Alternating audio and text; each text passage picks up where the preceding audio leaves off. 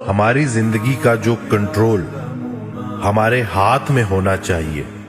ویسے تو جو کر رہا ہے اللہ کر رہا ہے، اور اللہ جو کرتا ہے بالکل صحیح کرتا ہے، لیکن ہماری راہ میں جو سب سے بڑی رکاوٹ ہوتی ہے وہ ہم خود ہوتے ہیں. تو وہ جو کنٹرول ہمارا نکل گیا ہے اور ہم نے اپنی لائف کا کنٹرول دوسرے انسان کو دے دیا ہے نا، یہ چیز میں اتنی کامنلی دیکھ رہا ہوں نا، اور جس کی وجہ سے لوگ بیمار ہو رہے ہیں، پریشان ہو رہے ہیں، زندگی میں سکون نہیں ہے، راضی نہیں ہے.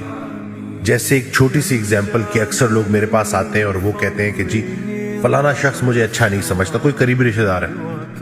تو بھائی آپ کیوں اپنے آپ کو اچھا ثابت کرنا چاہتے ہیں، یا آپ اپنی اچھائی کیوں اس کے منہ سے سننا چاہتے ہیں؟ حضرت واصف علی واصف رحمۃ اللہ کا بڑا پیارا جملہ ہے کہ اپنے منہ سے اپنی تعریف کرنا یہ عذاب ہے، اور اب کسی دوسرے کے منہ سے اپنی تعریف سننا یہ جو ہے بیماری ہے.